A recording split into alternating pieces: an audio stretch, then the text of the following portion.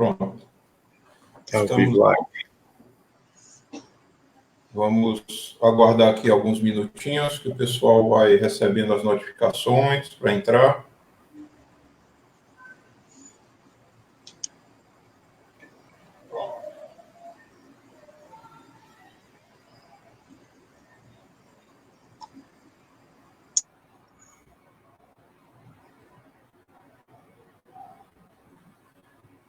As pessoas já vão chegando. Boa noite a todos.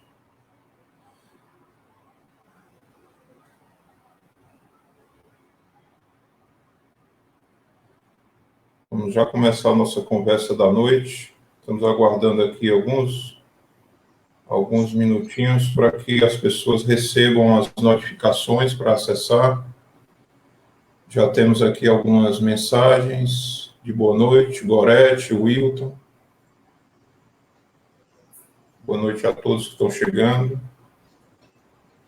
A gente convida vocês a compartilharem o link dessa conversa com os amigos, para que a gente possa fazer com que esses ensinamentos possam chegar a mais gente, né?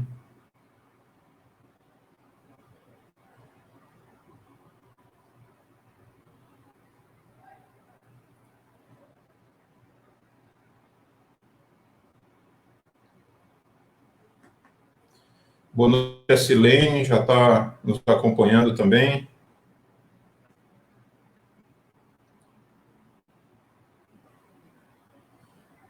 Boa noite, Silvia.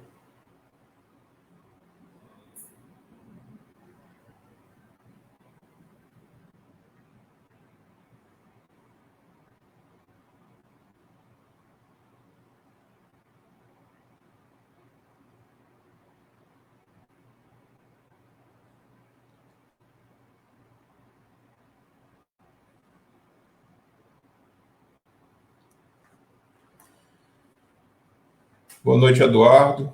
Também já está nos acompanhando. A gente fica muito feliz com a presença de todos vocês. E hoje a gente tem a grata satisfação de receber aqui o amigo Correia, mais conhecido como Professor Correia, o nosso professor, né, que tem contribuído bastante nos grupos de estudo, quando o assunto se refere a estudos bíblicos, né, essas questões das línguas antigas, ele que tem essa área como escopo da sua prática de conhecimento. E hoje ele veio compartilhar conosco um pouco desses ensinamentos que ele adquiriu, estudando os textos bíblicos, né? E fazendo essa relação com o Espiritismo, né? Buscando nos documentos bíblicos referências aos ensinamentos trazidos por Allan Kardec. Trazidos para Allan Kardec pelos espíritos, né, no século XIX, quando ele foi incumbido de fazer todo esse trabalho de organização, né, de estudo e de catalogação dos ensinamentos dos espíritos, né. Então, hoje o professor Correia vai estar aqui falando para a gente sobre a reencarnação no Antigo Testamento, né. Ele vai buscar no Antigo Testamento os textos originais, né, referências a esses parâmetros que tratam sobre reencarnação, né? E eu acho que vai ser uma conversa bastante interessante para a gente, bastante enriquecedora. Antes da gente começar, eu peço licença para a gente ler um texto, né, do livro Fonte Viva, Espírito Emmanuel, psicografado por Chico Xavier, para que a gente comece a se harmonizar para o que vai ser discutido hoje. E o título do texto, que está no capítulo 44, é Tenhamos Fé. E ele quer comentar o versículo do Evangelho segundo João, em que Jesus diz que vou preparar-vos lugar. Sabia o mestre que até a construção do reino divino na terra, quantos o acompanhasse viveriam na condição de desajustados, trabalhando no progresso de todas as criaturas, todavia, sem lugar adequado aos sublimes ideais que entesouram. Efetivamente, o cristão leal em toda parte raramente recebe o respeito que lhe é devido. Por destoar quase sempre da coletividade, ainda não completamente cristianizada, sofre a descaridosa opinião de muitos. Se exercita a humanidade, é tido à conta de covarde. Se adota a vida simples, é acusado do delito de relaxamento. Se buscar ser bondoso, é categorizado por tolo. Se administra dignamente, é julgado orgulhoso. Se obedece quanto é justo, é considerado servil. Se usa a tolerância, é visto por incompetente. Se mobiliza a energia, é conhecido por cruel. Se trabalha derrotado, é interpretado por vaidoso. Se procura melhorar-se, assumindo responsabilidades no esforço intensivo das boas obras ou das preleções consoladoras, é indicado por fingido. Se tenta ajudar o próximo, abeirando-se da multidão com seus gestos de bondade espontânea, muitas vezes é taxado de personalista e oportunista, atento aos interesses próprios. Apesar de semelhantes conflitos, porém, prossigamos agindo e servindo em nome do Senhor, reconhecendo que o domicílio de seus seguidores não se ergue sobre o chão do mundo. Prometeu Jesus que lhes prepararia um lugar na vida mais alta.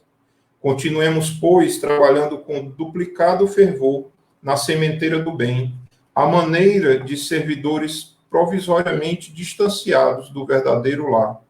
Há muitas moradas na casa do Pai, e o Cristo segue servindo diante de nós. Tenhamos fé. Dá boa noite aqui para a Juliana, para o Robson, para o Lindenberg. Estão chegando aqui para acompanhar também a conversa de hoje. Um prazer recebê-los a todos, né?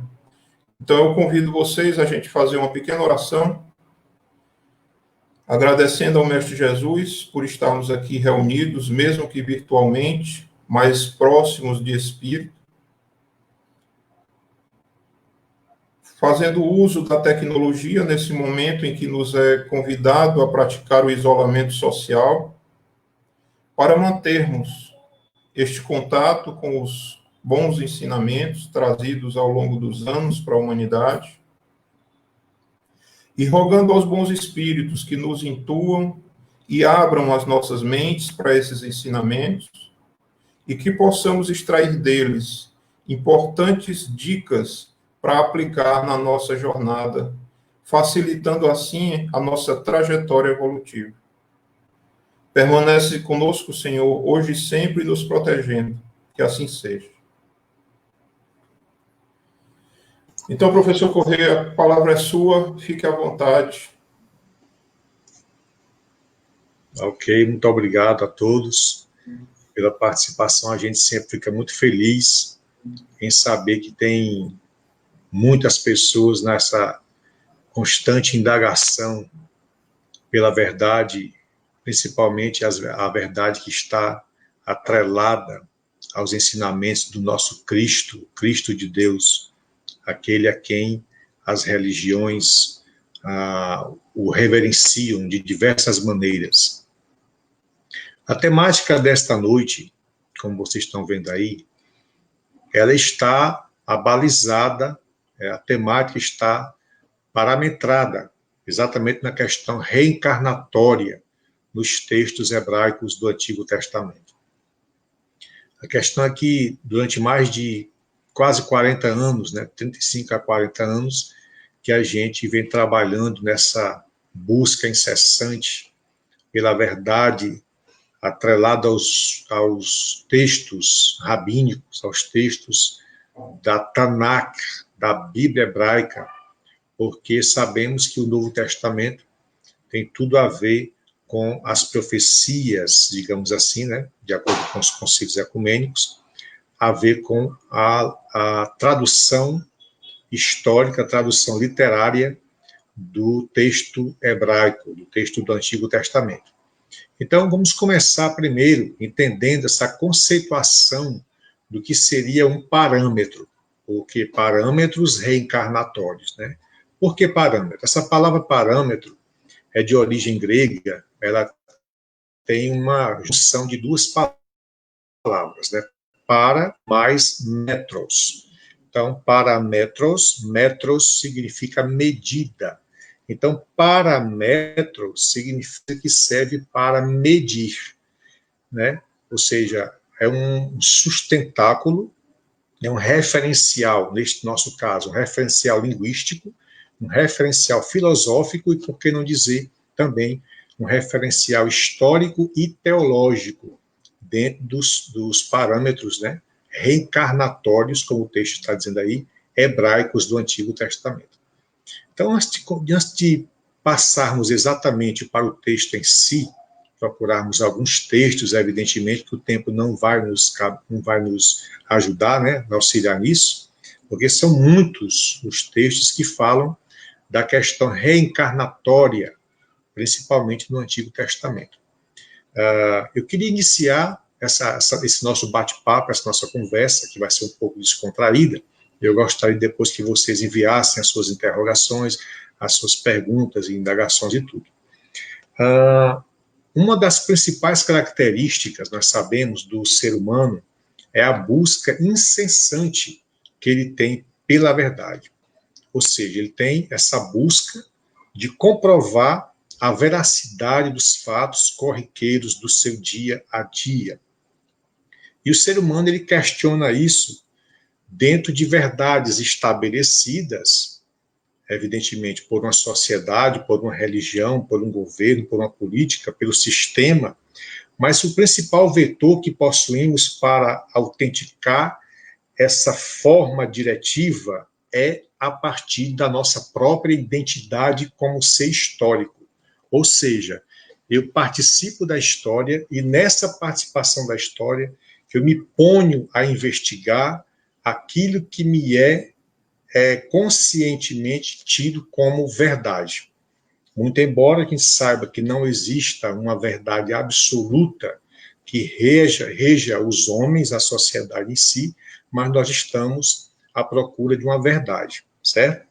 Mas René Descartes, certa vez, disse que se a gente quiser realmente buscar a verdade, é interessante que pelo menos uma única vez na vida a gente duvide ao máximo que puder de todas as coisas. Esse é um pressuposto filosófico, né, dentro da epistemologia filosófica, que a gente precisa duvidar das coisas. Não nos cabe aceitar tudo que as pessoas falam, não nos cabe aceitar tudo que a sociedade impõe, do que a religião em si impõe. Nós precisamos entrar nesse antagonismo de perguntas e respostas, vamos já falar um pouquinho sobre isso, para chegarmos a um determinado denominador, a um determinado quociente de valores relacionados com a verdade. Precisamos, então, de antemão, decidirmos qual tipo de verdade nós estamos procurando. Essa verdade é alicerçada em quê?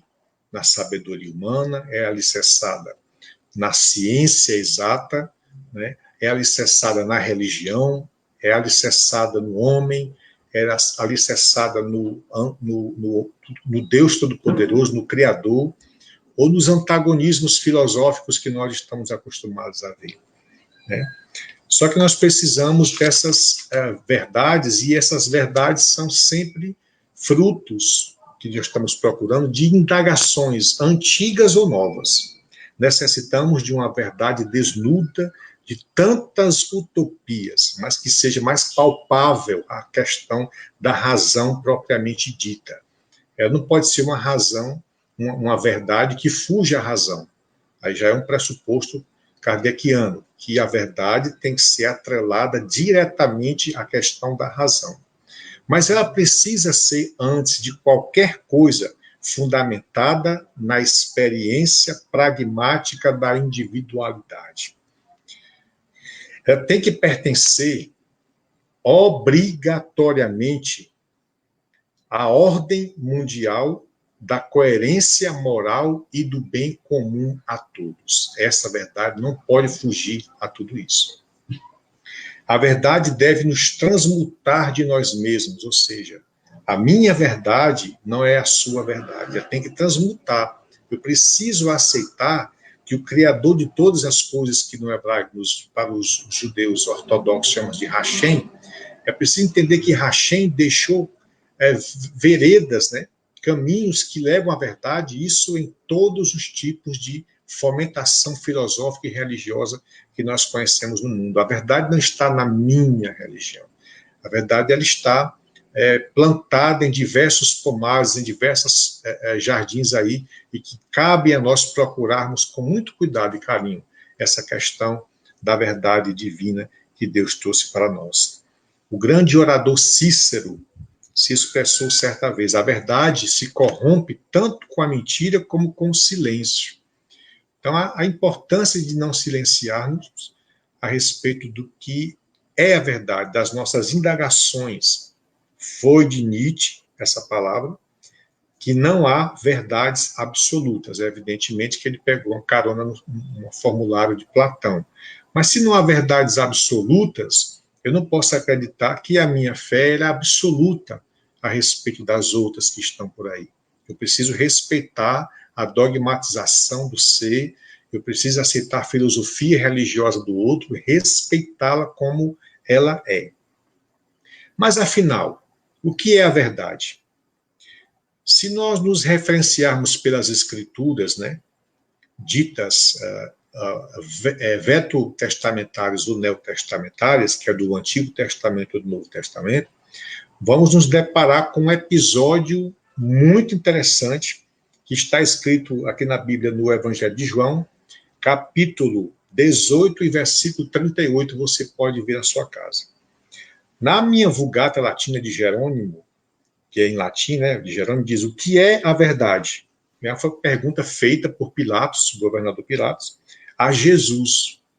Aí na Vulgata diz: quid est veritas? O que é a verdade? No latim, essa palavra veritas, ou verdade, significa fatos que realmente aconteceram. Ou seja, a história provou que aquilo realmente aconteceu. Então, no latim, veritas significa é verdade. Isso é verdade. No Códice Vaticanus, em grego, tá, encontramos o mesmo versículo. O que é a verdade?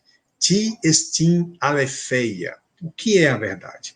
Só que aletheia, que é a palavra grega para a verdade, aqui traz a ideia de lembrar de alguma coisa que nós esquecemos. Quando você lembrou, a verdade foi desnuda, a verdade foi desanuviada. Nós começamos a entender e encontrarmos a verdade. No Códice de Leningrado, que é uma Bíblia hebraica, né, muito interessante, muito usada por mim, inclusive, e pelos grandes rabinos hoje nas sinagogas de Israel, diz o seguinte: Mate emet. O emet remete, então, à ideia de esquadros, alguma coisa que está firme, pilares de apoio que servem para sustentáculo de uma determinada construção, de uma determinada edificação. Então, a palavra emet hebraico significa isso, é uma fidelidade, é uma coisa onde você se sustenta fidedignamente, tem certeza que aquela, como Jesus falou, é uma casa edificada sobre a rocha. Ali aparece a palavra verdade. Tá?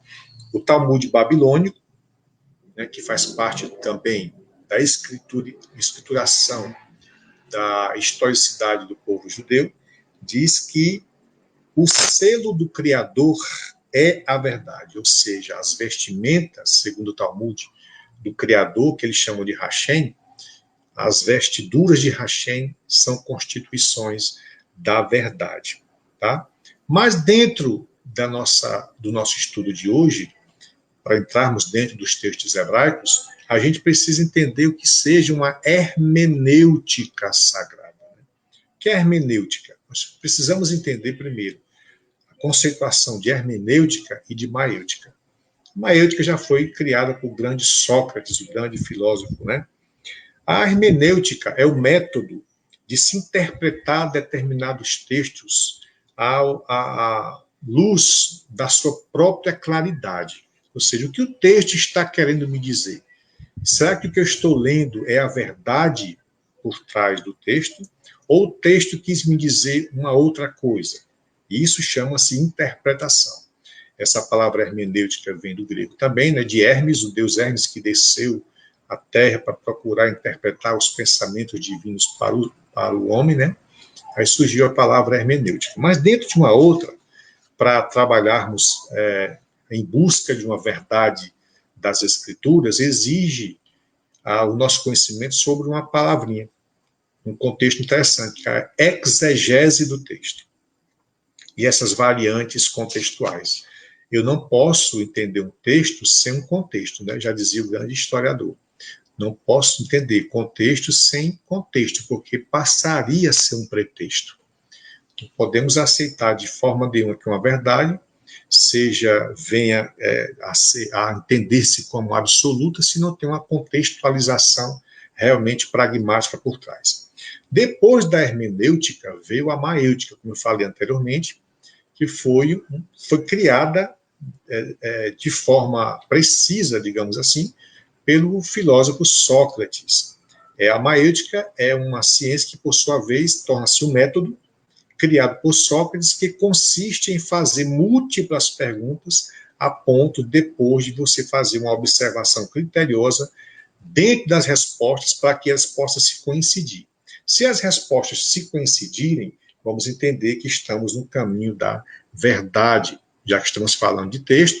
A partir do momento que eu começo a fazer diversas interrogações sobre ele e as respostas estão culminando para o único caminho, entendia Sócrates que isso aí estava direcionado, ou estava me direcionando para uma verdade, tá certo?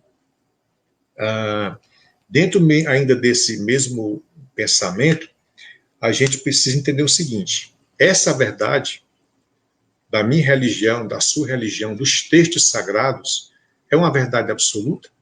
Dentro daquilo que nós falamos há pouco tempo, você vai me dizer daqui a pouco a sua interpretação e o que você achou de tudo isso, né? Então, continuando, vamos então agora começar a entrar dentro do próprio texto, tá? Eu acho interessante por isso porque, exemplo, vou tomar aqui alguns textos do Antigo Testamento, principalmente da Torá, certo? Vamos falar um pouquinho sobre a Torá, sobre Midrash e outras mais interpretações rabínicas da Tanakh, que é a Bíblia hebraica, que é do Antigo Testamento, certo? Mas é interessante notar, nós temos 5 livros da lei de Moisés, que no hebraico chama-se Moshe, que é o Bereshit, o Shemot, Vaikra, Bemidbar e Devarim. São 5 livros da Torá, da lei, né? Lá chama-se Ra-Torá, a lei. Mas no primeiro capítulo, do primeiro versículo da Torá, que é o livro de Bereshit, que a gente lê na Bíblia, né? Na maioria estante das Bíblias. No princípio, criou Deus os céus e a terra. Só para começar, vamos fazer um trabalho exegético dentro da hermenêutica sagrada. Daqui a pouco vamos explicar o que seria isso dentro do judaísmo. Mas só para a gente começar mesmo. Há muitos anos a gente entendeu essa questão assim: do princípio criou Deus os céus e a terra. Não foi assim? No hebraico, a gente lê assim: Bereshit bara Elohim et rahashamim veher haaretz. Talvez você não tenha entendido muita coisa, mas eu vou explicar para você. Quando a Bíblia é traduzida para o português trouxe no princípio criou Deus os céus e a terra, inicialmente vamos para a palavra Elohim, que segundo a exegese hebraica, Elohim, pela sua terminação, é uma palavra pluralizada, que seria, no caso, no princípio criaram os deuses. Só que a gente tem que entender que o texto que Moisés escreveu, falando a respeito do Elohim, né, essa palavra foi uma das primeiras que foram encontradas na Bereshit, que o livro que foi escrito por Moisés, né? Evidentemente que Moisés não foi o primeiro livro que Moisés escreveu. O primeiro livro que ele escreveu foi o livro de Jó, mais ou menos em 1520, Moisés, né? Quando Moisés estava entre os midianitas. O primeiro livro foi o livro de Jó. Moisés estava lá em 1520, estava ainda trabalhando essa questão do monoteísmo inicial, ainda estava trabalhando essa conceituação toda, e foi lá que Moisés escreveu o livro de Jó, o primeiro livro da Bíblia. Mas aqui, quando tratados essas questões do Elohim, entendemos que a terminação que é plural, Elohim significam deuses, mas para a nossa conceituação espiritualista ou espírita, a gente vai entender que no princípio criaram os deuses, né? Os espíritos superiores tiveram a sua participação aí na criação do cosmos, na criação do universo. E isso está também é aceito também pela codificação e nas revistas também espíritas, né? A segunda palavra que eu queria ver com vocês era o Hashamayim. Bereshit bara Elohim, no princípio criou Deus, criaram os deuses, né? Et Hashamayim. Dentro do vocabulário hebraico, para os novos estudantes de hebraico, essa palavra Hashamayim, que seria os céus, né? Os céus e a terra, na verdade, Hashamai significa que contém água, ou seja, cheio de água. E os rabinos atuais chegam a dizer que seria água e fogo, tá? Uma questão muito mais aprofundada dessa palavra hebraica. Significando dizer que o Shammai carrega água, que ali existe água, que ali existe fogo. Ou seja, no princípio, quando criou Deus os céus e a terra, quando criaram Deus os firmamentos das águas com fogo e mais a terra, que é Baharetz. No princípio, criava Deus as águas e a terra. Então, entenda que esse versículo ele foi meio mal interpretado. Então, entenda que o princípio agora é assim. Esse primeiro versículo, no princípio, criava Deus, ou criaram os deuses, as águas e a terra. Tá certo? Então, foi só para a gente começar o nosso pontapé inicial aqui. Como eu falei, dentro das escrituras, da teologia católica, da teologia protestante, digamos de forma geral, da teologia cristã, a gente estuda a hermenêutica, né? Uma cadeira que se estuda na teologia. A hermenêutica é chamada hermenêutica sagrada. Dentro da hermenêutica judaica, para os judeus ortodoxos, né, aqueles que são muito mais aprofundados, digamos assim, nas escrituras, existe uma segmentação que é pelo menos dividida em 4 grandes palavras, né, que são as interpretações bíblicas para ele. A primeira interpretação hebraica que nós temos para traduzirmos ou para estudarmos a Bíblia é a chamada Peshat. A Peshat é o significado simples, né, que você leu, você entendeu daquela maneira, e a significação ficou meio que atrelada a um determinado pensamento, atrelado a um determinado juízo de valor. É uma questão simples, né? Não tem muita parte literal, tá? Algumas vezes passa a ser literal por conta de uma falha na interpretação. E corresponde à realidade histórica. Ou seja, você não vai fazer nenhum tipo de interpretação a quem o texto está pedindo para que se seja feito. Tem que se ter muito cuidado com essa questão. O objetivo é óbvio dentro desse texto da Peshat. O segundo é o remez. O remez é o significado alegórico. Eu queria até parar um pouquinho aqui para discutir um assunto interessante. Existem pelo menos 2 livros do Antigo Testamento, um que é o livro de Jó, Iov, que eu acabei de falar, né?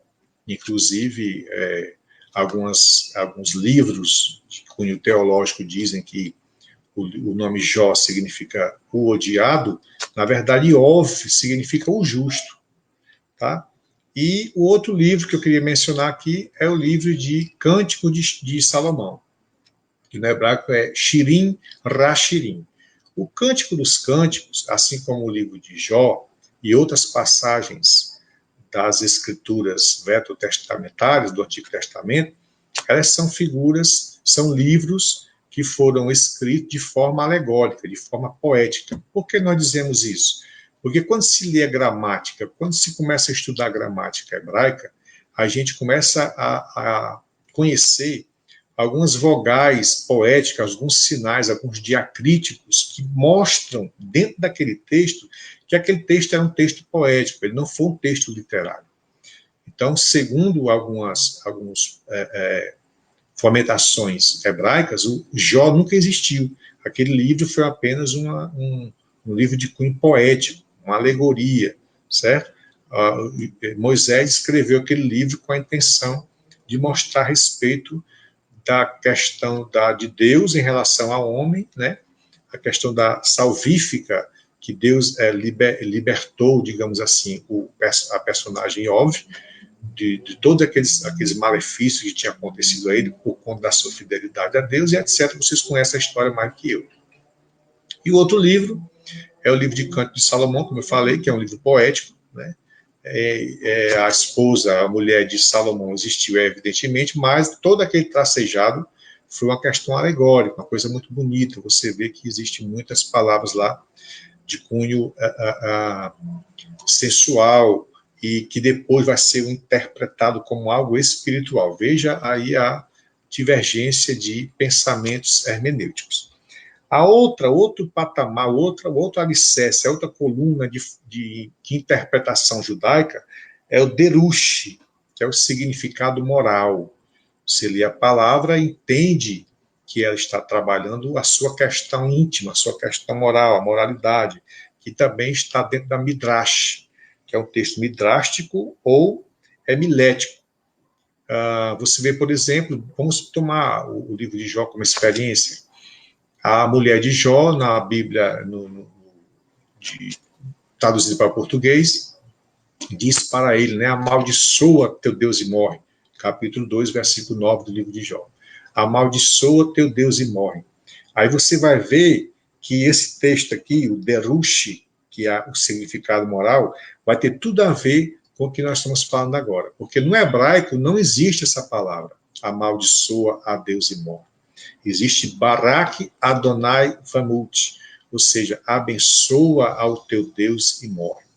Então, quando foram traduzir, por exemplo, João Ferreira de Almeida, Matos Soares, Antônio Pereira de Figueiredo, e outras traduções e versões para o português, entenderam que, apesar, né, através, melhor dizendo, do sofrimento que a mulher de Jó estava vendo passar, ela pediu que no momento da morte dele amaldiçoasse a Deus e morresse.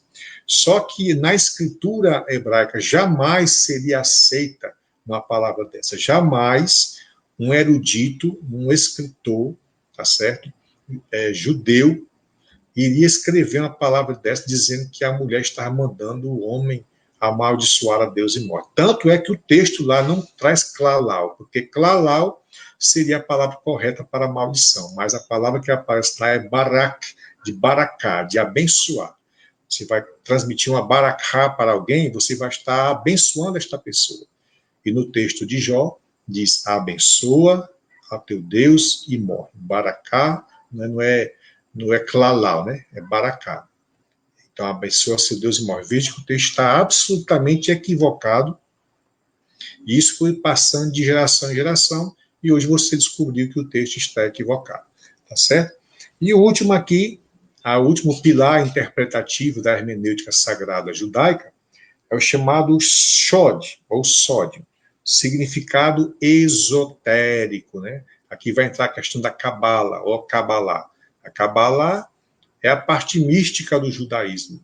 E o Sod vai entrar para as questões hermenêuticas, interpretativas, do Midrash, inclusive, para essa questão esotérica.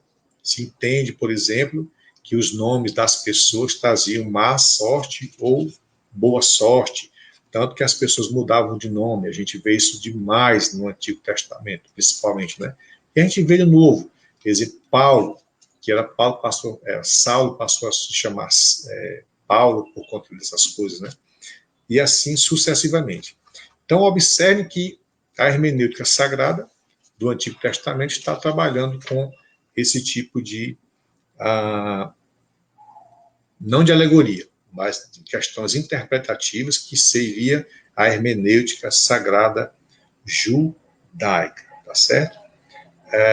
Na questão 1010 do Livro dos Espíritos, São Luís informa que o Espiritismo ressalta a cada passo do próprio texto das Sagradas Escrituras. Então, até no próprio livro, né, os Espíritos dizem assim, consultem, vá ler os Salmos, né? Eles nos convidam, nos dão esses conselhos para lermos os Salmos.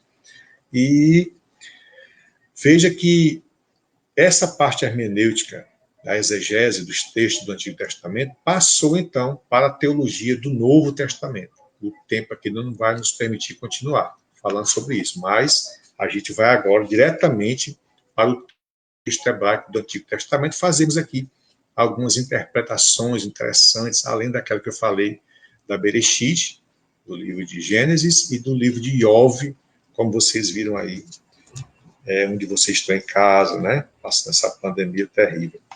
Então, o primeiro versículo que eu queria ler para vocês, e eu peço que eu procurar não me demorar, porque não é coisa muito fácil, é o livro de Jó, capítulo 14, versos 13 e 14. Tá certo? Livro de Jó, capítulo 14, versos 13 e 14. O texto vai trazer, lá no hebraico, a seguinte parafrase. Mir heitem bish ol tatsipine taxineri adashuv apeshar tashirta kashov vertizaneri. Ora, se você, evidentemente, não tem um contato muito mais amplo com o hebraico, você vai se assustar quando começar a falar a respeito de reencarnação nesse texto. Você vai dizer, não tem como uma palavra dessa aqui ter alguma coisa a ver com reencarnação. No versículo, quando aparece a palavra Raishier Ruiemir, ele vai dizer o seguinte, queira Deus, Oxalá, né, já traduzido para português, me abrigasse no Sheol. O Sheol, todo mundo sabe que é o mundo dos mortos. Inclusive, no Novo Testamento, aparecem algumas palavras hebraicas e gregas para traduzir o que a teologia cristã ia dizer que era o inferno de fogo, né? Seria o lugar onde as pessoas que praticassem o mal iriam para lá passar toda a eternidade sofrendo aquelas coisas, segundo diz no Mateus, ali haverá prantos e ranger de dentes. É claro que isso aí foge absolutamente à justiça e ao amor divinos, né? Mas aí o texto vai continuar. E lá me escondesse, até se passar a tua ira e me fizesses um dia para te lembrar de mim. Pois se um homem morrer, terá um renascimento ou reviver? Tá? Na tradução João Ferreira de Almeida, diz assim, se o homem morrer, porventura tornará a viver? A outra diz assim, morrendo o homem, porventura tornará a viver? A João Ferreira de Almeida, revista e corrigida. Só que o texto lá, o hebraico, diz claramente que o varão, que é o homem, né? Aí diz, raishier, ou renascer, o renascimento, o reviver. Terá um renascimento ou um reviver? O texto hebraico continua. Todos os dias de minha pena eu luto e espero até que chegue a minha troca, certo? No hebraico seria shalifate, ou a troca. O que significa a troca? Uma nova vida, uma nova experiência. E esse texto aqui, ele é autenticado pelas escrituras dos rabinos hoje mesmo em dia. Existe o Sidu, que é o livro das orações de judeus, que eu estou aqui em mãos com ele, daqui a pouco eu posso mostrar a vocês, que quase todas as orações que eles começam, eles dizem assim, Senhor, que é o Hashem, nos perdoe por erros que nós tenhamos cometido nessa vida ou nas vidas anteriores. Então, é uma coisa que está praticamente alicerçado dentro da doutrina da religião judaica. Tá certo? O outro texto, também no livro de Jó, já que eu falei que ia trabalhar sobre os textos hebraicos do Antigo Testamento, é o livro de Jó, capítulo 19, versículos 25 e 26. É claro que eu não vou explicar, ler tudo, porque é um texto grande, mas vou ficar só nessa pedacinho que diz assim.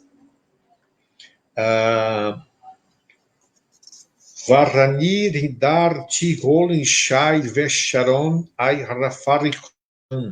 Aí continua o texto. Virachar horir nikfug soi unid basare esher miherolah. Vamos lá, destrinchar esse negócio para vocês. A tradução da Bíblia de Jerusalém, que no meu caso eu acho que na língua portuguesa, a tradução para o português é a melhor que tem, é a Bíblia de Jerusalém, diz o seguinte: eu sei que o meu defensor ou redentor, como traz lá na João Ferreira de Almeida, né? Eu sei que o meu redentor vive, que no hebraico seria Goali, meu redentor, né? Está vivo e que no fim se levantará sobre o pó. Aí continua a Bíblia de Jerusalém. E depois do meu despertar, levantar-me-á junto dele, em minha carne verei a Deus. Em minha carne verei a Deus. Aí o texto hebraico vai dizer o seguinte: e soube que vive o meu Redentor. Mudou completamente. E soube que vive o meu Redentor. E que no último dia hei de ressurgir do pó, e de novo serei envolvido com a minha pele e com a minha carne. Então imaginarei e pensarei em Deus. Veja que a questão reencarnatória está absolutamente impregnada neste versículo. Vou repetir. Jó, capítulo 19, versículos 25 e 26. E o texto fala cabalmente a respeito disso. Em minha carne pensarei, né, novamente em Deus. Depois que houver essa questão da reencarnação, ele voltará a pensar em Deus, da poeira da terra, né? É o chamado Ai-Arfá, da poeira da terra, e me levantarei. Can, levantar, do verbo can, levantar. Então, essa questão reencarnatória, ainda aqui no livro de Jó. Eu soube, meu Salvador vive. Aqui o texto hebraico diz, Goali Shai, o meu Salvador vive, o meu Redentor, o meu defensor, né? No final da vida me levantarei com. Esse me levantarei, no hebraico, que em minha carne ressurgirei, chama-se o Mirberashi. Então, está falando cabalmente da questão reencarnatória também. Agora eu queria voltar aqui um pouquinho para o livro dos Salmos, que é lotado, cheio, repleto de referências à questão reencarnatória, né? Evidentemente que vocês sabem que o livro dos Salmos tem dezenas de escritores, com seus 150 capítulos, não é isso? No capítulo 30, versículo 4, o verso no hebraico, né, no ivrit, diz Rashem rehelitarmin sheol nafish shitani miarverit bor. Ou seja, Senhor, chama de Hashem, né? Ou traduzido de forma errada, Jeová, né?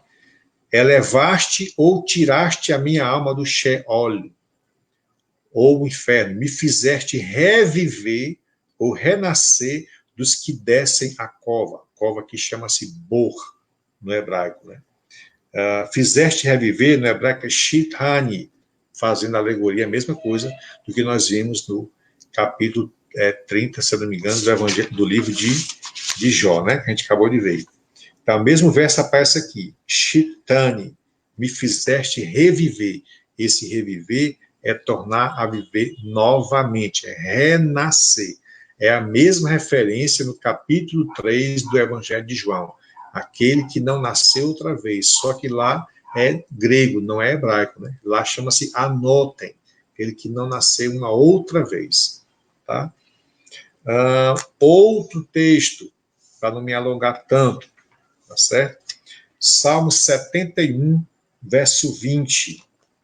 Você pode pegar a Bíblia em casa e vai ler também comigo. Vai trazer a mesma conceituação reencarnatória nos textos hebraicos do Antigo Testamento. O Salmo 71, versículo 20 diz: Tu que me mostraste muitas e dolorosas calamidades, voltarás para me fazer reviver. O texto diz claramente: para me fazer renascer e dos abismos da terra me fazer subir. Aparece o mesmo verbo, tá certo? Só que aqui aparece de forma meio que separada. Diz assim, tashuv, que é voltarás, volta, que significa volta, retorno, né?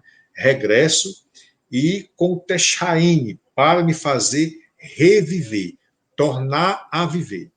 É uma outra conceituação reencarnatória no Antigo Testamento, agora no livro de Terrilim, que é o livro dos Salmos, né?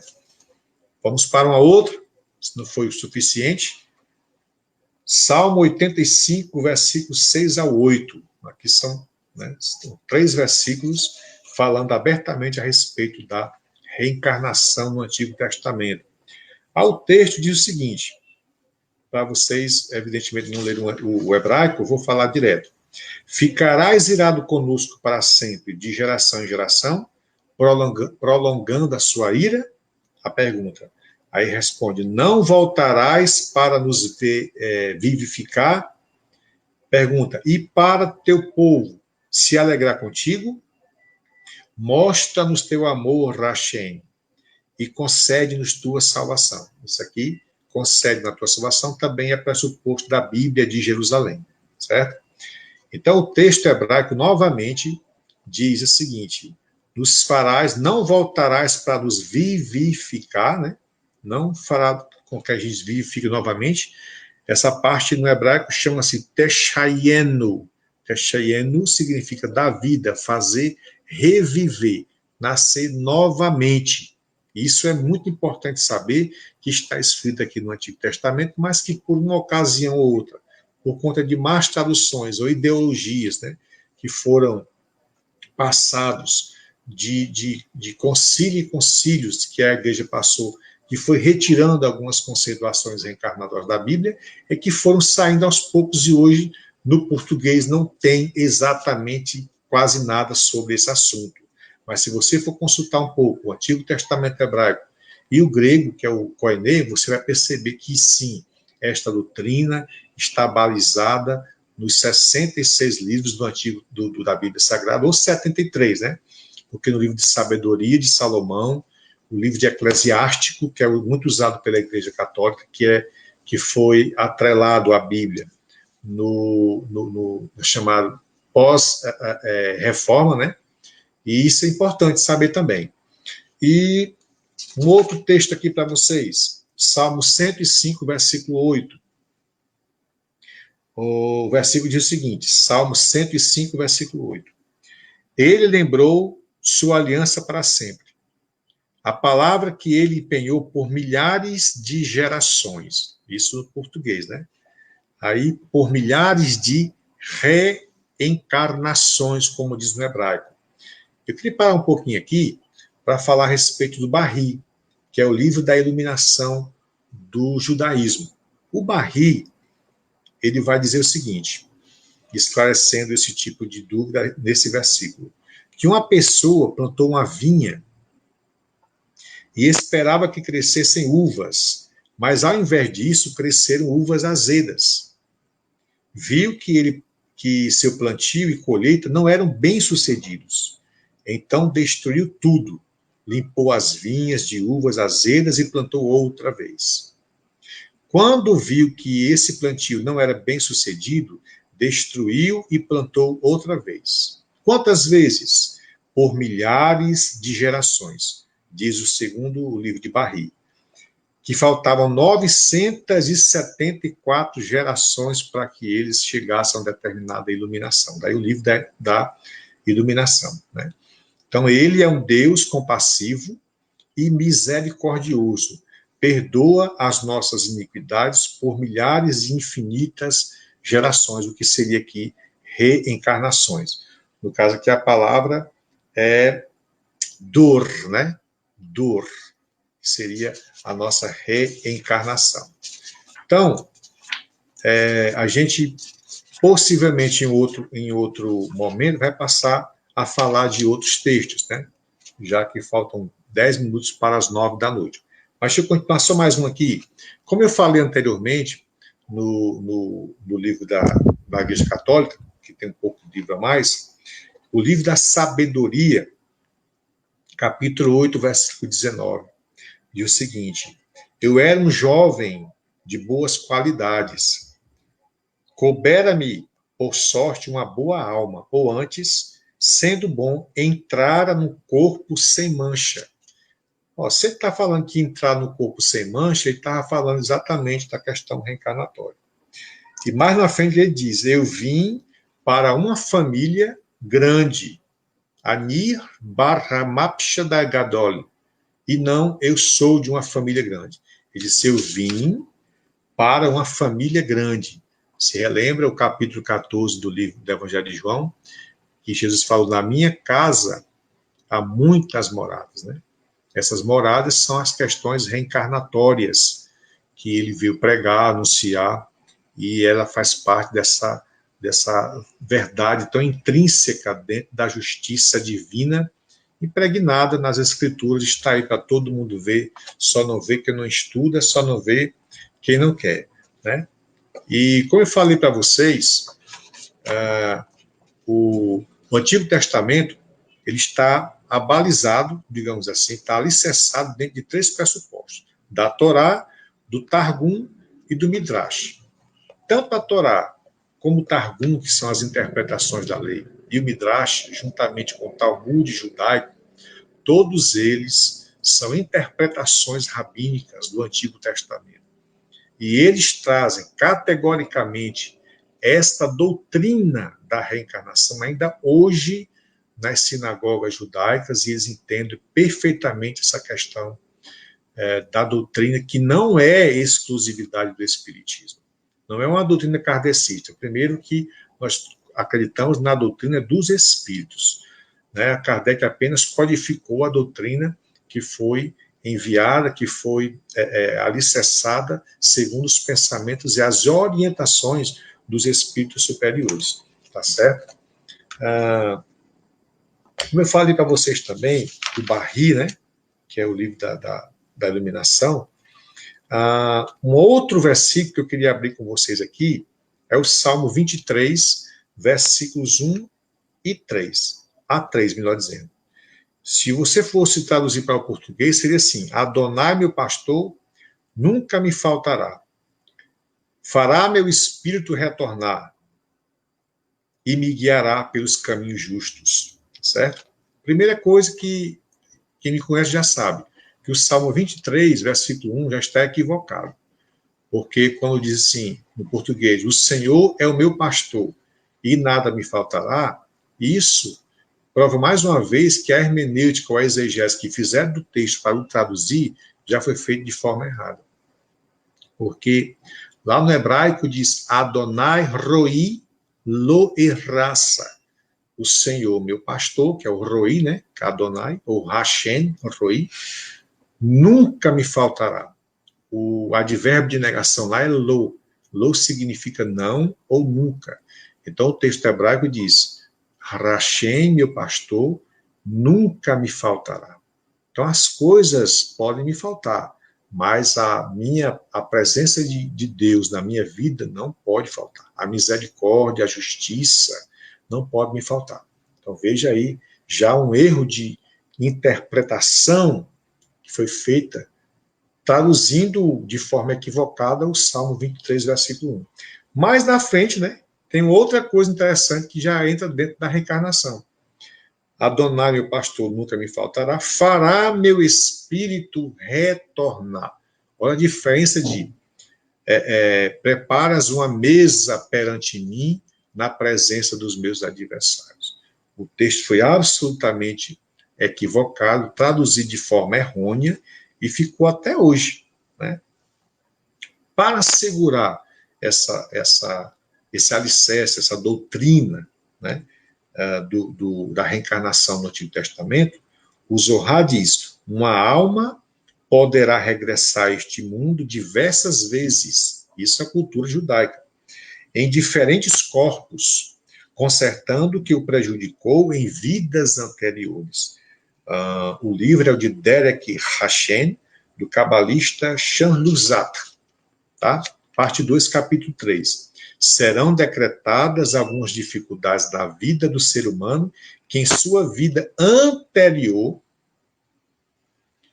não tinha sido tão justo. Livro de Zohar, Shadar Ki Tzetse, é o nome e o número do capítulo. Em alguns casos, em alguns momentos, as pessoas no plano espiritual tornam desnecessária a reencarnação também. Depois que a pessoa chega no uma determinada evolução, não precisa mais a questão da reencarnação, porque não precisa mais aprender com esse mundo de provas e expiações. Ele já está no patamar muito mais avançado do que aquela que nós estamos hoje, por exemplo, nesse mundo. Estamos nessa mesma igualitária posição, digamos assim, espiritual. Estamos ainda trabalhando com essa questão. Guigo Neshamor, estou vendo aqui o rapaz fala, Ricardo Ranieri, né? Muito bem, é exatamente isso. E olha o que o Ricardo Ranieri colocou aí, e olha o que eu ia já ler. É de suma importância, exatamente, Ricardo, é de suma importância não confundir Gigio Neshamor e Teshiarametim, pois o primeiro refere-se à reencarnação, que é o Gigio Neshamor, certo? Pois o primeiro refere-se à reencarnação, o segundo, ressurreição. Já foi um outro tipo de interpretação que fizeram na Bíblia hebraica para o português. Trocaram a reencarnação, que é o Gigio Neshamor, por Teshiarametim. Muito embora hoje sejam prospectos distantes, mesmo na teologia cristã, são, no entanto, vestimentas essenciais para um conhecimento mais introspectivo sobre a natureza essencial da vida na espiritualidade futura. Então, quando eu entendo que a questão é reencarnatória, eu começo a entender melhor a questão da justiça divina, do amor de Deus, né, do arrave divino, que nos traz exatamente essa conceituação miraculosa, digamos assim, do amor de Deus a partir da reencarnação. Olha só que coisa interessante. No livro Instruções de Allan Kardec ao Movimento Espírita, diz o seguinte, que a questão da reencarnação, inicialmente havia encontrado muitos contraditores, porque não era compreendido, não era compreendida. É hoje aceita pela força da evidência, e porque todo homem que pensa nele, nessa questão, nesse princípio da reencarnação, a única solução possível do maior número de problemas da filosofia moral e religiosa. Sem a reencarnação, somos detidos a cada passo, tudo é caos e confusão. Com a reencarnação, tudo se esclarece, tudo se explica de maneira mais racional. No Livro dos Espíritos, no capítulo 4, questão 171, o que você observasse, diz que a doutrina da reencarnação, isto é, a que consiste em admitir para o espírito muitas existências sucessivas, é a única que corresponde à ideia que formamos da justiça de Deus para com os homens que se acham em condição moral inferior. A única que pode explicar o futuro e firmar as nossas esperanças, pois que nos oferece os meios de resgatarmos os nossos erros por novas provações. A razão nula indica, e os espíritos ensinam isso para a gente. Olha só, no Lampadário Espírita, o livro, na página 24, diz: a reencarnação significa precioso ensejo de sublimar e superar, registrando como bênçãos nos refolhos da alma as experiências da libertação, do imediatismo e da extravagância. No livro Sublime Expiação, na página 80, diz que que a reencarnação é justiça de braços abertos para acolher os antigos trânsfugas, aqueles que necessitam realmente da bondade de Deus. Rustem diz o seguinte, que a reencarnação é uma remuneração do passado, agente de progresso para o futuro. Nós só podemos nos alimentar de uma experiência evolutiva a partir da reencarnação. Se tudo acabasse com uma existência apenas, nós seríamos desgraçados. Nós estaríamos distantes da misericórdia de Deus, estaríamos distantes da justiça de Deus, porque, por outro lado, estaríamos perdidos. O que diria aqueles que acabaram de nascer, com poucas horas morreu? Qual foi a oportunidade que eles tiveram realmente na vida de trabalhar, né, o seu melhoramento, de ajudar? Qual foi o pecado que ele cometeu? Qual foi a injustiça que ele cometeu para chegar aqui e dali? Então, somente a doutrina dos espíritos é que vai nos ensinar que isso é um processo. Ele precisou passar por aqueles poucos momentos de vida para chegar a um determinado valor da justiça divina sobre aquela vida. E ele vai reencarnar, evidentemente, depois, para passar para um outro processo de melhoramento, de adiantamento na sua vida espiritual. Quero encerrar com vocês, antes de vocês fazerem as perguntas. Estou amando demais aqui a participação de vocês, né? Silênio, Wilton e todos mais. Porque existe uma passagem, perdão, uma passagem no Evangelho de Mateus. Professor também é assim. Capítulo 26, versículo 30. Perto daquela conversa, daquela entrevista entre Jesus e Pedro, que estavam no jardim do Getsemane, diz, e tendo saído de lá, cantaram o hino. Mas a Bíblia não diz que hino é esse. Algumas Bíblias, de forma equivocada, diz, e saindo dali, cantaram um hino. Mas está errado. Cantaram o hino. É um artigo definido. É o hino. Que hino era esse? Poucas pessoas sabem o que foi que Jesus cantou ali, com os discípulos, né? Mas dentro do judaísmo, né? Já que a gente está falando dessa questão dos parâmetros hebraicos do Antigo Testamento, o hino foi o Halel. O Halel é um conjunto de salmos que começa, por exemplo, no Salmo 113, 114 e vai até o 118, aproximadamente. É um salmo cantado em momentos de dificuldade, rogando, né, a Deus a sua bondade, a sua misericórdia, e entendendo que só nele é que existe essa questão da bondade, e só ele pode nos salvar. O texto hebraico diz mais ou menos assim. Eu vou ler um pouquinho para vocês aqui. Aqui é o livro Sidu, é o livro hebraico das orações de judeus. E o seguinte: Baruch atar Adonai Eloheinu melech haolam asher hidenahu bermitzvotar vetzivano likroet ha-halel. Olha aí, falando Halel, né? Ou seja, bendito sejas tu, Senhor eterno Deus, nosso Deus, Rei do universo, que nos santificaste com os teus mandamentos e nos ordenaste ler o Halel. Aí ele continua. Haleluia, halelu arvider Adonai, ralelu ret shen Adonai, yerei shen Adonai, mevorak merat vere rolam, misrak shemesh shah advemoho mehular shen Adonai. Para terminar, louvai ao Eterno, louvai servos do Eterno Deus, louvai o nome do Eterno, seja bendito o nome de Deus, desde agora e para sempre. Desde o nascimento do sol até o ocaso, seja louvado o nome de Deus. Então foi esse o hino que Jesus cantou com os discípulos depois que saiu do jardim do Getsemane, foi o Halel, esse hino que é um hino de louvor, né, a Deus, que agradece por aquele momento que está passando, mas confia na sua ajuda, no seu auxílio, na sua salvação. Tá certo? Coisa boa. Cadê meu amigo Felipe? Para nos ajudar aqui.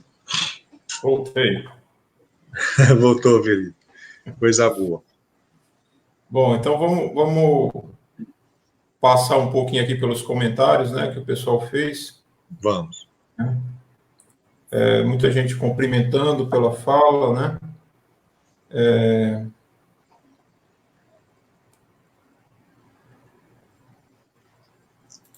A Silene fala lamenta as falhas nas traduções, né?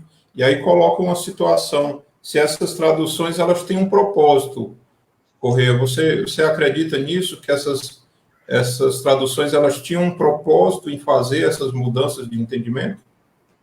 É claro.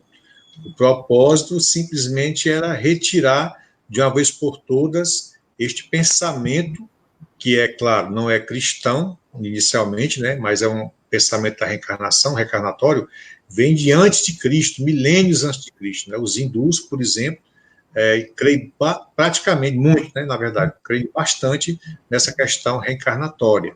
Então, quando, como eu falei para vocês, os 21 concílios que a igreja passou, dentre alguns concílios, como o concílio de Jânio, o concílio de Capadócia, o segundo concílio de Tessalônica, né, o concílio de Nicéia, eles tiveram essa primazia em retirar muitas doutrinas das quais eles achavam que não eram aceitas, não podiam ser aceitas, eles não acreditavam.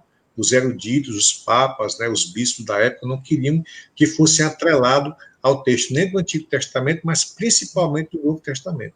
Então, qualquer coisa voltada para esse contexto, eles tiravam de linha, digamos assim, né?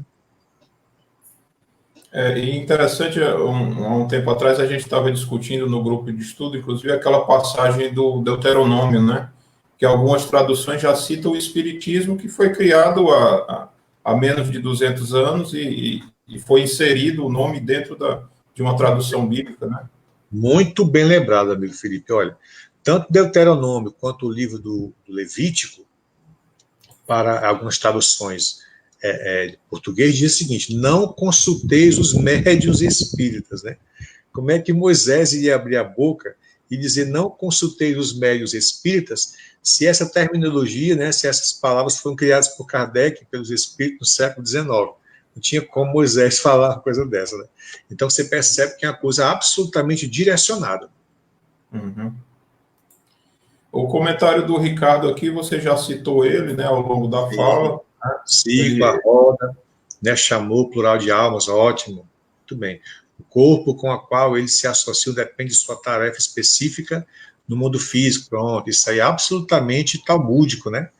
Talmúdico, está dentro dos parâmetros hebraicos da questão E reencarnatória. bastante alinhado com os conceitos espíritas, né, que nos diz que a cada reencarnação nós recebemos o corpo necessário àquela experiência que vamos ter que viver, né? Os judeus dizem que para chegarmos ao Raolam, o Raolam seria um espaço onde só existe a perfeição, né? O mundo onde está Deus, né? E ele diz que para chegarmos lá, os talmúdicos dizem que nós precisamos passar pelas rodas da alma, rodas da existência. O hebraico tem essa terminologia, essa questão epistemológica, né? As rodas da alma, das existências pretéritas para a gente. Que são nada mais do que os ciclos, né? Encarnado, desencarnado, tudo funcionando como ciclos, né? Exatamente. A Silene complementa o comentário dela, né? Falando que se nós tivéssemos esse conhecimento do real significado das palavras, esses conceitos chegariam muito mais facilmente a gente, né? Poxa vida. Quantas pessoas não teriam deixado de errar tanto, né, de entender de forma equivocada a questão da misericórdia de Deus pela reencarnação, se esses textos não tivessem sido tão mal traduzidos, né, tão equivocados como nós temos hoje. O Tito lembra a reencarnação como um aspecto do amor e da bondade de Deus. Sim, perfeitamente.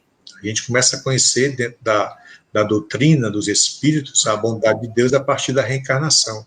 Que Deus é tão bom que nos dá outras oportunidades de nos melhorarmos, já que nessa a gente fez tanta coisa errada, tanta besteira, e ele, com a sua bondade, não, vou dar mais uma oportunidade dentro daquilo que nós estamos necessitando para evoluir, né? O Shemuel Isso aí conheço. bem Abraão, Chamuel, filho de Abraão, né? Que no hebraico, bem o bar é filho, né? O segredo Fala da que reencarnação é que a luz surgiu da escuridão. A escuridão surge da luz, Abraão surgiu da escuridão, Terá, a escuridão precede a luz, como Esaú que veio antes. É a Zorá, acabamos de falar, né? É o Ra-Zorá. Berrá, capítulo 11, tá certo. Ótimo. e ele complementa dizendo que em toda a Bíblia a palavra vida sempre vem no plural. Pronto, Chaim, exatamente. Ótimo. Que coisa boa, que participação maravilhosa, Samuel. Parabéns, Samuel. A Silene pergunta qual a versão para Adonai. Eu acho que ela talvez queira saber quais são as possíveis traduções, né, para Adonai. É isso? É, o Adon é um termo para Deus, né? Adonai, na verdade, os judeus a chamam mais de Hashem. Adonai é porque a gente acostumou a entender como Senhor, né? Então, Adonai Hashem, AdonaiEtshevaod, Adonai Revud, outros muitos mais. Então, na verdade, o Adonai seria Senhor, né? Senhor, de Adon. O Tito pergunta quantos apóstolos eram escribas. Ele corrigiu depois aqui o eram. Quantos apóstolos eram escribas? Isso. Pois é, apóstolos mesmos, no caso, escribas, mas Lucas escreveu, não é que seria escriba, porque os escribas eram tipo uma sociedade, era um grupo fechado, como os saduceus, né, os fariseus, os essênios, os zelotes, né? Então, na verdade, eles não eram atrelados exatamente dentro de uma questão erudita para ser um escritor, para ser um escriba, mas eles que escreveram também, né? Inclusive, tem até alguns livros que eu tenho aqui em casa que dizem que Jesus também escreveu algumas coisas. Então, depois a gente pode ver essa questão. Mas Paulo, que não era apóstolo, não era discípulo, mas tornou-se depois, era um escritor, um escriba, digamos assim. Lucas também escreveu, e só que quando, por exemplo, João, outros apóstolos que escreveram, na verdade, não foi que exatamente ele que escreveu, mas um conjunto de pessoas que ali se deteram, né, para formar um determinado livro, uma coleção de livros, como é o Novo Testamento, principalmente.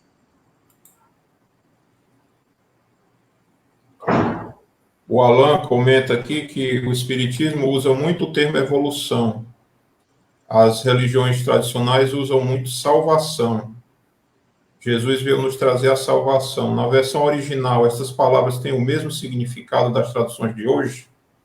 Pois é, essa salvação que nós conhecemos hoje, a gente conheceu do grego do Novo Testamento, né?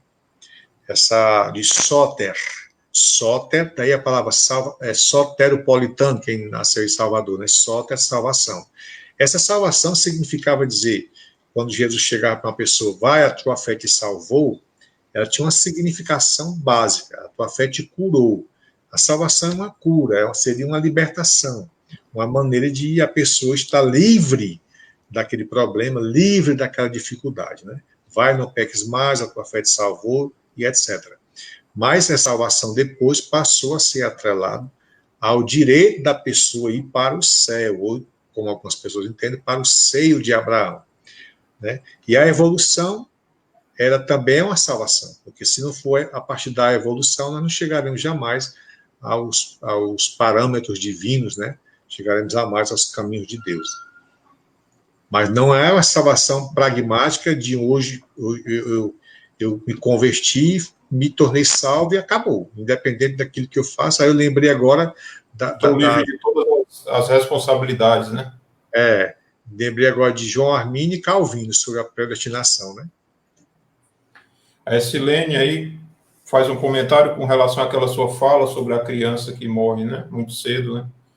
Que ela diz que o Espiritismo nos dá algumas luzes para entender essas situações, né?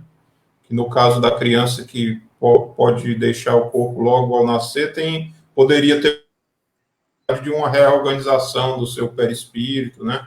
Para prepará-la, inclusive, para novas experiências. Sim, a cada volta da alma, a cada roda, a cada ciclo, a gente melhora um pouco, né? Pelo menos é o que nós precisamos fazer. o Espiritismo nos diz que a gente não pode retroagir, a gente não retroage, a gente vai estar andando sempre à frente, procurando sempre melhorar-se e melhorar também o outro a partir do nosso testemunho. Né? O Márcio Vinícius Corrêa, ele diz que não é espírita, mas gostou de ter participado, e ele pergunta se o judaísmo tem alguma ligação com o espiritismo. A pergunta dele ficou quebrada, mas depois ele continuou. Deu para entender. Ele pergunta se os fundamentos estão inseridos no espiritismo. Os fundamentos do judaísmo estão inseridos no espiritismo? Bom, os parâmetros judaicos, né, os parâmetros dos ivrites, né, do Antigo Testamento, eles estão dentro da questão espírita a partir do momento que a gente começa a entender que Deus, quando estabeleceu a lei para o povo judeu, ele estabeleceu uma lei moral, uma lei social, né, que organizava as pessoas, o povo que estava ali, de forma a melhorar-se, cada um por si. O Espiritismo traz isso. Agora, a questão da doutrina espírita a respeito da reencarnação está voltada, segmentada dentro do judaísmo. Exatamente, isso é uma verdade. E as outras questões, de questões espiritualistas, digamos assim, está bem. A comunicabilidade dos espíritos, nós vamos ver muito isso no Antigo Testamento, a questão da fenomenologia que acontecia com os neviins, os profetas do Antigo Testamento, que Kardec tão bem falou, né, e discorreu junto com os espíritos superiores na codificação, também é uma coisa que está dentro da questão doutrinária judaica. Então, existem muitos, o leque é muito grande, tá? De referenciais judaicos dentro do espiritismo, e pode ser o contrário também, né? E se me permite só complementar, é que eu retomo aquele início da sua fala, né? A verdade, ela tem uma base que sustenta tudo, né? Então, muitos desses conceitos permeiam as diversas doutrinas filosóficas, religiosas, né? Porque, enfim, se baseiam em algumas verdades naturais e divinas, né? Digamos assim. Sim, com certeza. Inclusive, é uma lei natural, né? Uma lei a qual a gente não pode fugir. Foi uma lei estabelecida por Deus, a questão da reencarnação. Se não fosse ela, nós estaríamos perdidos, já acabei de falar novamente. O Eduardo deixa aqui uma brincadeira com a sua fala. Que tudo é muito fácil, só não sabe quem não estuda, né? Então, deixa o convite para quem se interessou sobre o assunto, né? Existem grupos de estudo que tratam dessas questões, que se debruçam sobre esses textos, né? Que discutem. E é importante que esse tipo de explanação faz com que algumas pessoas despertem o interesse até para ler mais a Bíblia, né? Fazer uma leitura crítica, né? Independente mesmo que a gente não tenha acesso às melhores traduções, mas que a gente faça uma leitura crítica, né, Correia? Sim, isso é muito importante. E é interessante notar, Felipe, que tem muita gente que acha que o espírita não lê a Bíblia, né? É o contrário, né?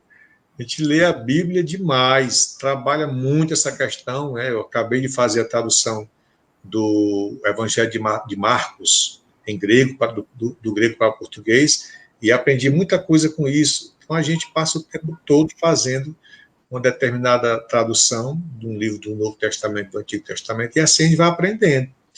Não é, nós espíritas, nós não gostamos de, por exemplo, a grande maioria, acredito eu, de ter só aquela coisinha, o mingauzinho na boca, já todo desmanchado, não. A gente vai procurar estudar para saber se aquilo realmente é uma verdade, que inclusive é a temática de hoje, né? As verdades. E que deveria ser a nossa atitude diante de qualquer informação, né? Aprofundar, não ficar na simples leitura das letras grandes, né? Uhum. A Silene... Estou tendo problema aqui para botar na tela o comentário dela. Opa, agora foi. Foi. O Espiritismo veio aclarar o que já havia sido dito, mas que à época não poderia ser entendido, Jesus disse: eu não vim destruir a lei. Pois é. Interessante, né? Jesus disse: eu não vim destruir a lei. Ele continuou: eu vim cumpri-la, né? E essa lei, Jesus resumiu em dois: amar a Deus sobre todas as coisas, né?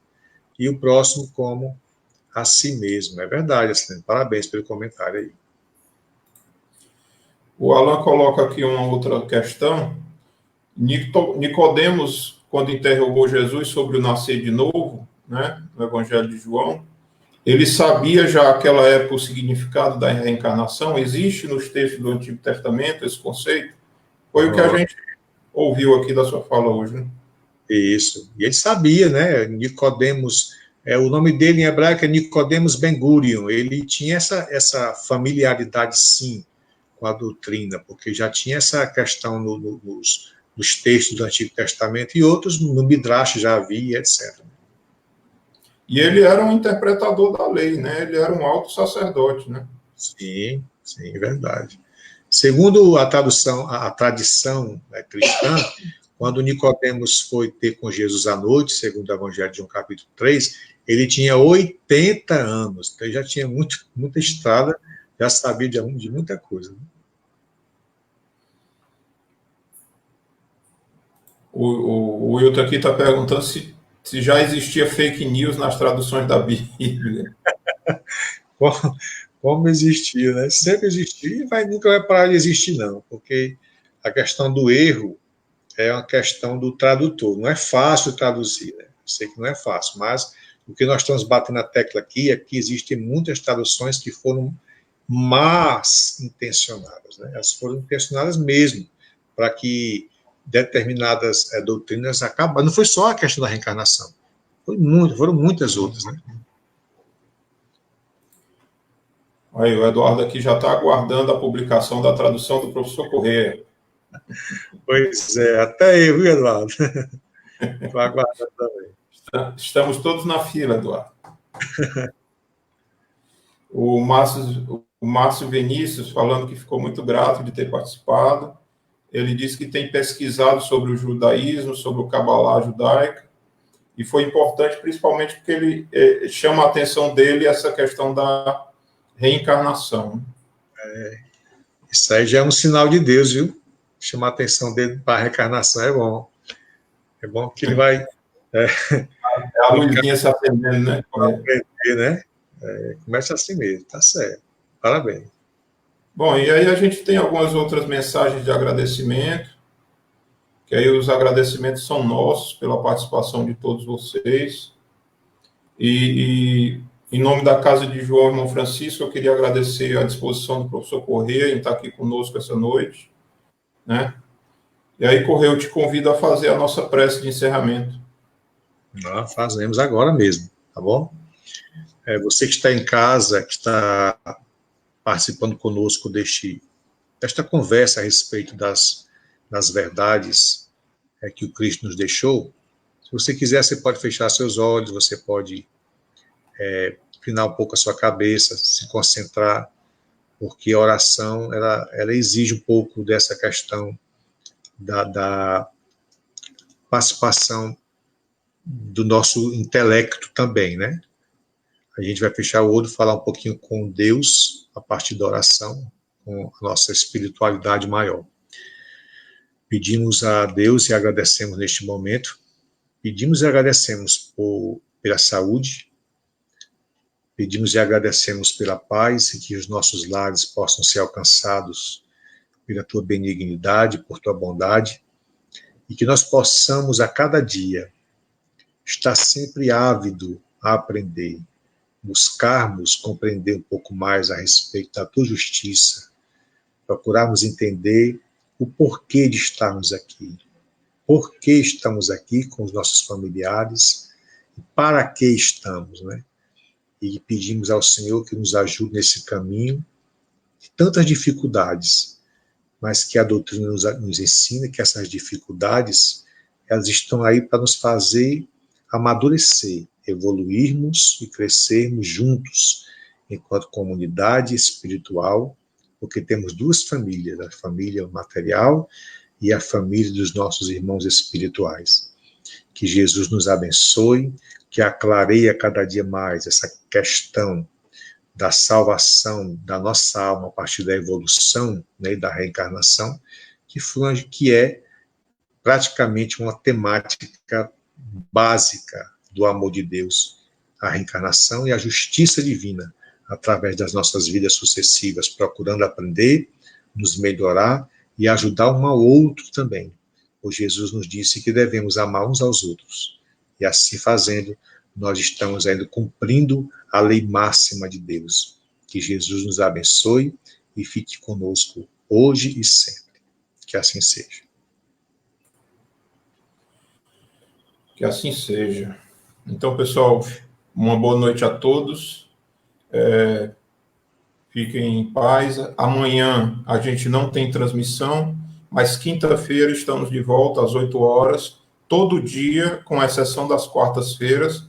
Nós estamos tendo alguma transmissão aqui na página da Casa de João Irmão Francisco, são palestras, são estudos, leituras comentadas, são conversas.